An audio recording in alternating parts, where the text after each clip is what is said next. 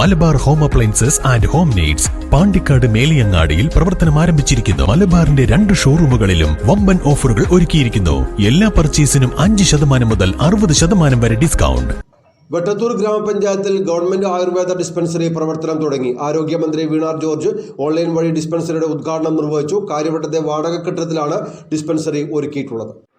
വെട്ടത്തൂർ ഗ്രാമപഞ്ചായത്ത് ഭരണസമിതിയുടെയും നജീബ് കാന്തപുരം MLA ഉൾപ്പെടെയുള്ള ജനപ്രതിനിധികളുടെയും നിരന്തരമായ ഇടപെടലിനെ തുടർന്നാണ് വെട്ടത്തൂർ ഗ്രാമപഞ്ചായത്തിന് ഗവൺമെന്റ് ഹോമിയോ ഡിസ്പെൻസറി സംസ്ഥാന സർക്കാർ അനുവദിച്ചത്. ഹോമിയോപ്പതിയെ ആശ്രയിക്കുന്ന പഞ്ചായത്തിലെ നിരവധി പേർക്കാണ് ഇത് ആശ്വാസം പകരുക. കാര്യവട്ടത്തെ വാടക കെട്ടിടത്തിലാണ് താൽക്കാലികമായി ഡിസ്പെൻസറി പ്രവർത്തിക്കുന്നത്. ചടങ്ങിൽ ഗ്രാമപഞ്ചായത്ത് പ്രസിഡന്റ് CM മുസ്തഫ അധ്യക്ഷത വഹിച്ചു.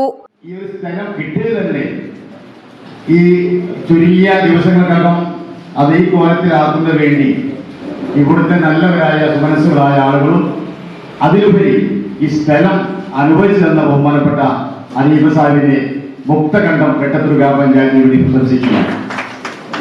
അത് മാത്രമല്ല, ഇവിടുത്തെ യുവാക്കളും അതിലുപരി അന്നു മുതൽ ഈ സമയം തന്നെ ഇതിനു വേണ്ടി കുട പിടിച്ചുകൊണ്ട് രാത്രിയോ പകലോ എന്നുള്ളാതെ ബാക്കിയുള്ള ഭൗതിക സൗകര്യങ്ങൾ ഒരുക്കുന്നതിന് വേണ്ടി അവർ എല്ലാവരും ഒരുമിച്ചു എന്നുള്ളതാണ്.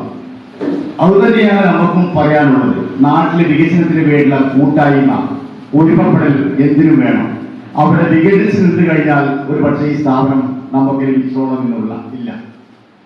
അപ്പൊ എനിക്ക് വൈസ് പ്രസിഡന്റ് VT ജയ, സ്ഥിരം സമിതി അധ്യക്ഷരായ KM ഉബൈദുള്ള, നാലകത്ത് ഉസ്മാൻ, റഹ്മത്ത് മോളി, വാർഡംഗം Jasna Rafeeq, V Hamsakutty, homoeo medical officer doctor Nasrin Moosa തുടങ്ങിയവർ പ്രസംഗിച്ചു. News bureau, Vettathur.